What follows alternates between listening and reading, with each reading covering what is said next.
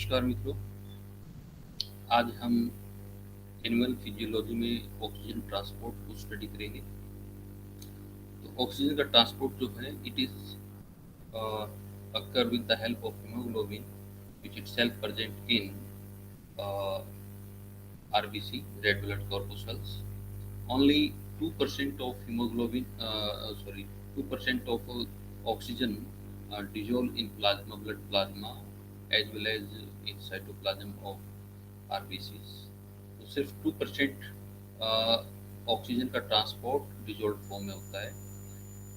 Remaining 98% oxygen binds with hemoglobin and transported up to the tissue level or cellular level. Haemoglobin के structure की बात करें तो हम हीमोग्लोबिन में यहाँ पर देख रहे हैं स्ट्रक्चर में there are four pyrrole ring having nitrogen atom, यानी ये 5 मेंबर साइक्लिक स्ट्रक्चर है जिसमें नाइट्रोजन प्रेजेंट है। These 4 nitrogen of the 4 pyrrole linked with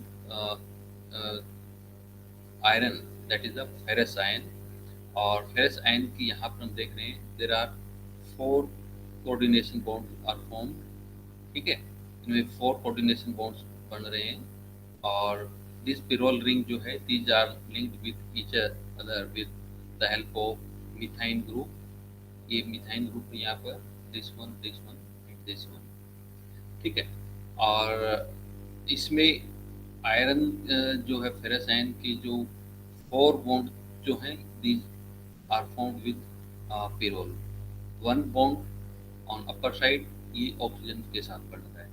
ठीक है, और 8th जो बॉन्ड है it is linked with nitrogen atom of the histidine जो अमीनो एसिड है ऑफ ग्लोबिन प्रोटीन्स का हिस्टिडीन अमीनो एसिड इसके साथ ये लिंक है।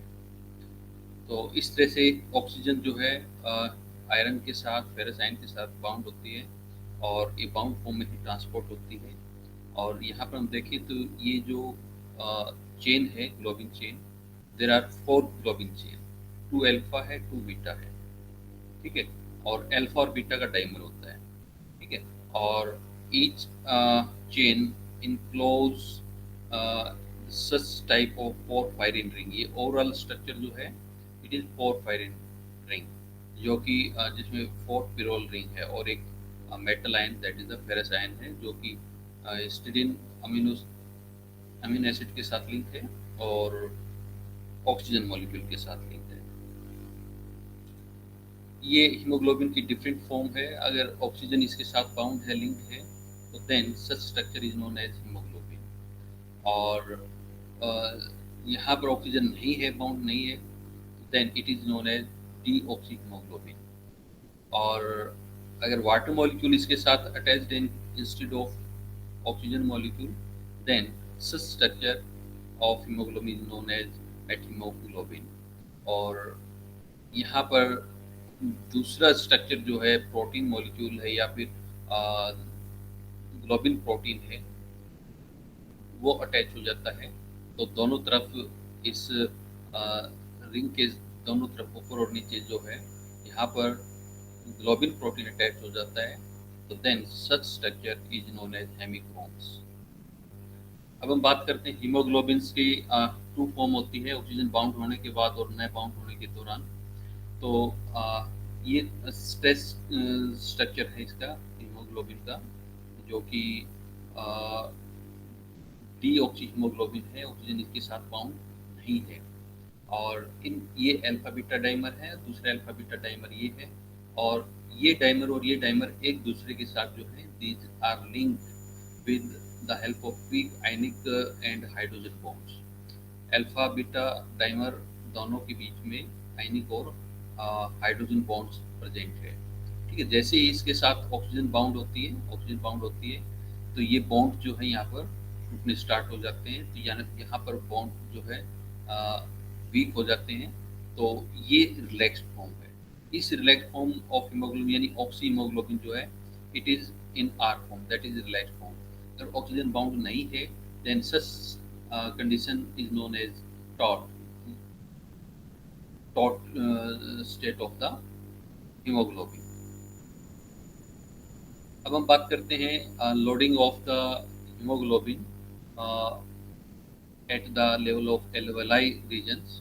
तो यहाँ पर आप देख रहे हैं लगभग इस ग्राफ में ये percent of oxygen saturation of haemoglobin है, कितने परसेंट सेचुरेट होता है, और ये पार्शियल प्रेशर है ऑक्सीजन का।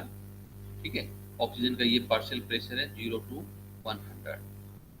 तो हम देख रहे हैं कि एटमॉस्फेयर में जो इनहेल करते हैं हम ऑक्सीजन और अप टू एल्वेलाई लेवल पर, तो उसका ऑक्सीजन प्रेशर जो है वो 104 to 100 के आसपास पार्शियल प्रेशर होता है ऑक्सीजन का।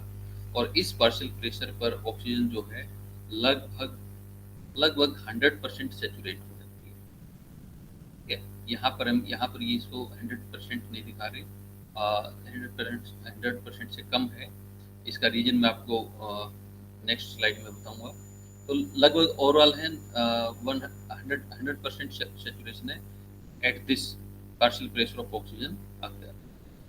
और जैसे जैसे पार्शियल प्रेशर है कम होता जाएगा, तो उसी हिसाब से सेचुरेशन जो है ऑक्सीजन हीमोग्लोबिन का वो कम होता जाएगा।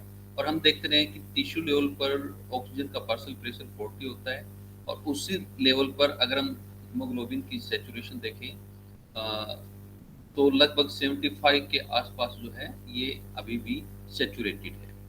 यानी पार्शियल प्रेशर ऑक्सीजन का कम 40 और 80 40 अबो अगर हम देखते हैं तो लगभग 75% हीमोग्लोबिन जो है सेचुरेट रहता है। इससे आगे अगर हम पार्शियल प्रेशर कम करते हैं तो भी अगर इसका सेचुरेशन जो है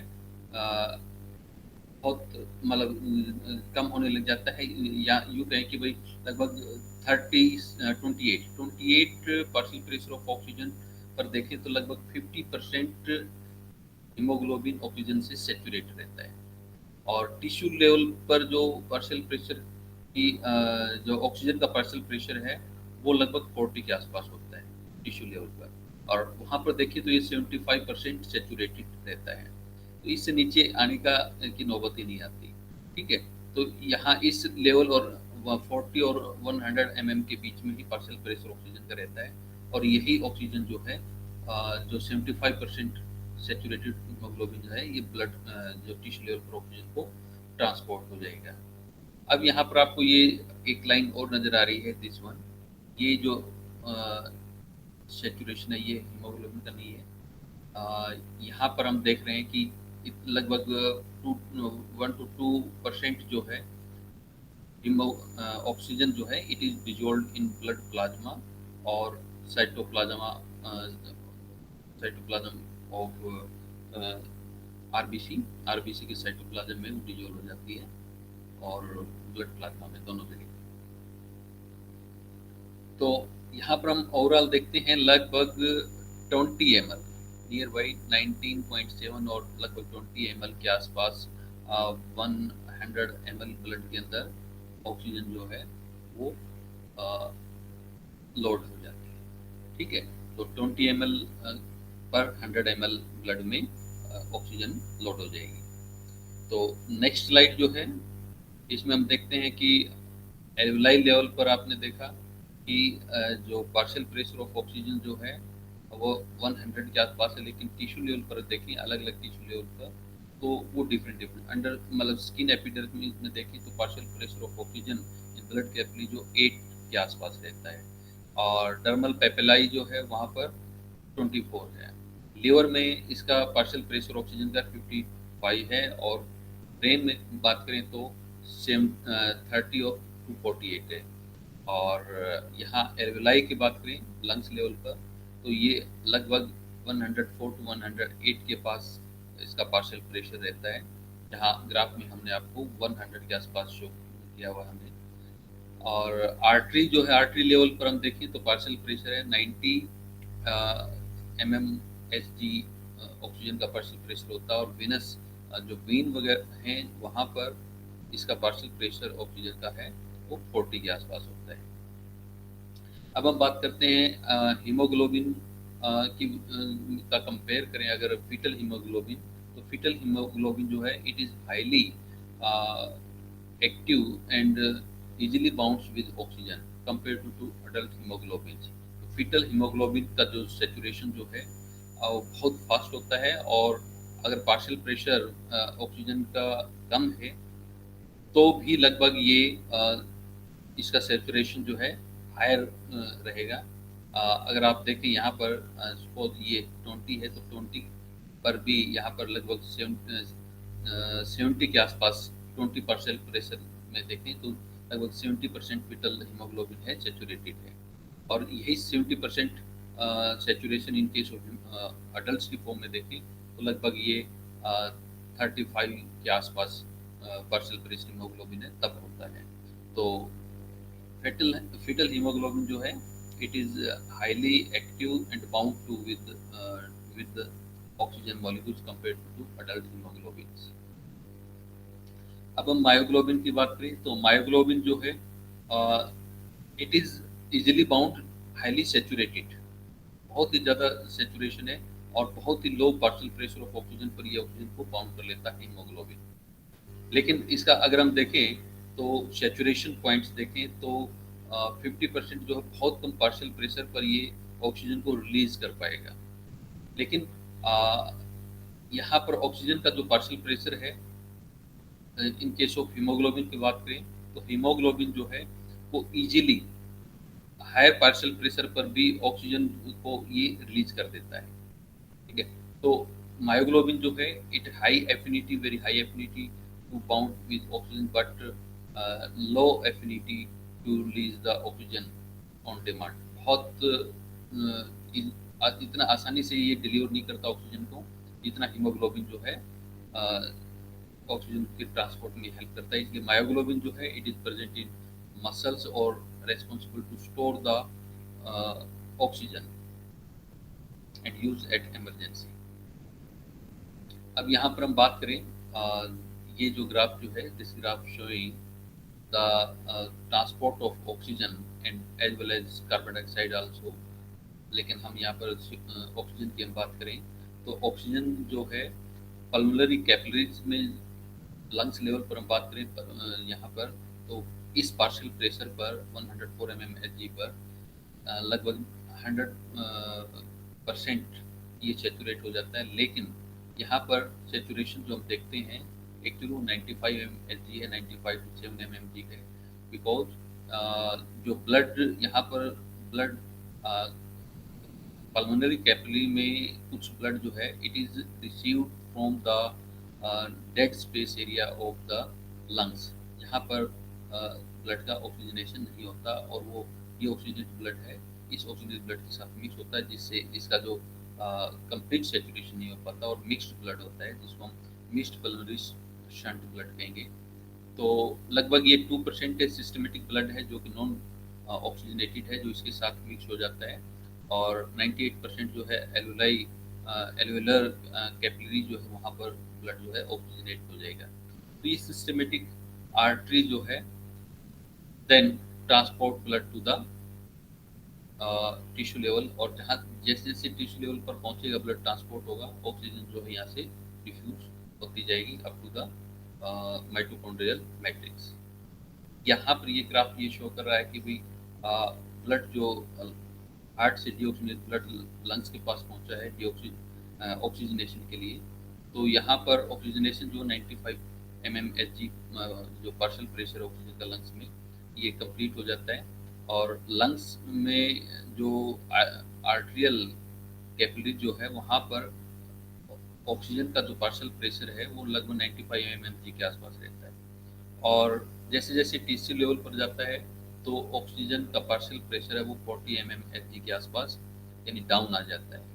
ठीक है, अगर हम बात करें कार्बन डाइऑक्साइड की तो कार्बन डाइऑक्साइड जो है टिश्यू लेवल पर 45 mmHg होता है, और जैसे ही ये हार्ट के थ्रू लंग्स लेवल पर जाएगा तो यहाँ पर CO2 जो है वो रिलीज हो जाएगी इनटू एल्वेलाई, और CO2 का जो पार्शियल प्रेशर 45 की बजाय वो 40 mmHg हो जाएगा। तो यानी 5 mmHg जो पार्शियल प्रेशर के लिए जो रेस्पॉन्सिबल CO2 गैस है it is diffuse into the alveoli and exhaled.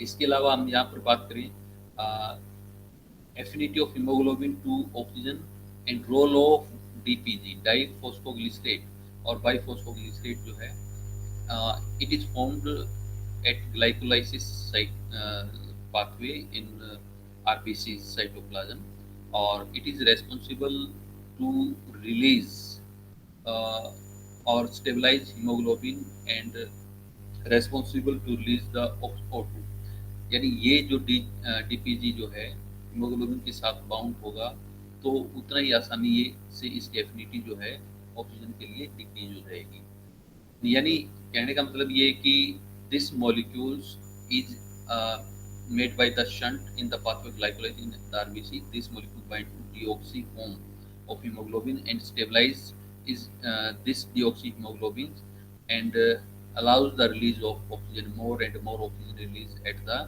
tissue level. That's all. Next video के साथ फिर प्रेजेंट होंगे। Thank you.